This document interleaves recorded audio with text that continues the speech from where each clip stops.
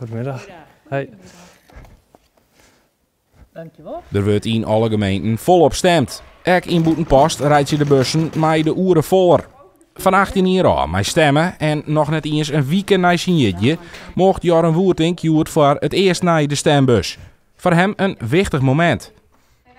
Ik studeer dus integrale veiligheidskunde en daarin krijg je dus ook wel vakken die, zoals politicologie.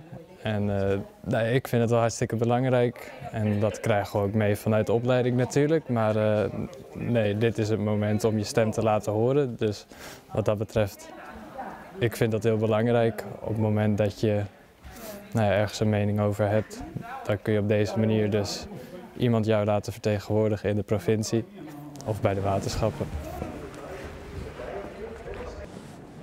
Commissaris van de Koning, Arno Brok, die waast je 18 stembureaus om. Eén daarvan wie Boetenpost. De commissaris vindt het mooi dat alle stemmers tegen actief binnen met de actualiteit en dat de opkomst extra groot is.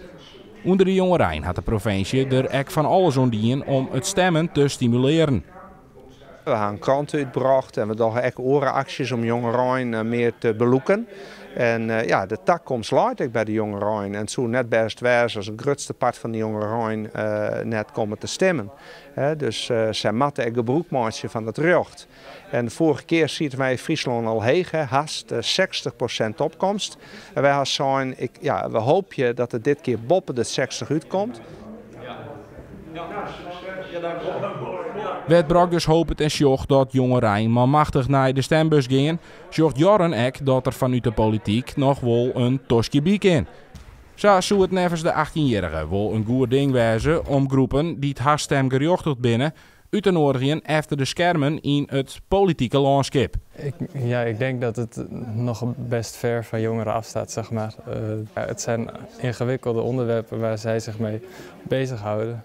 Waar wij ons gelukkig dan niet meer mee bezig hoeven te houden.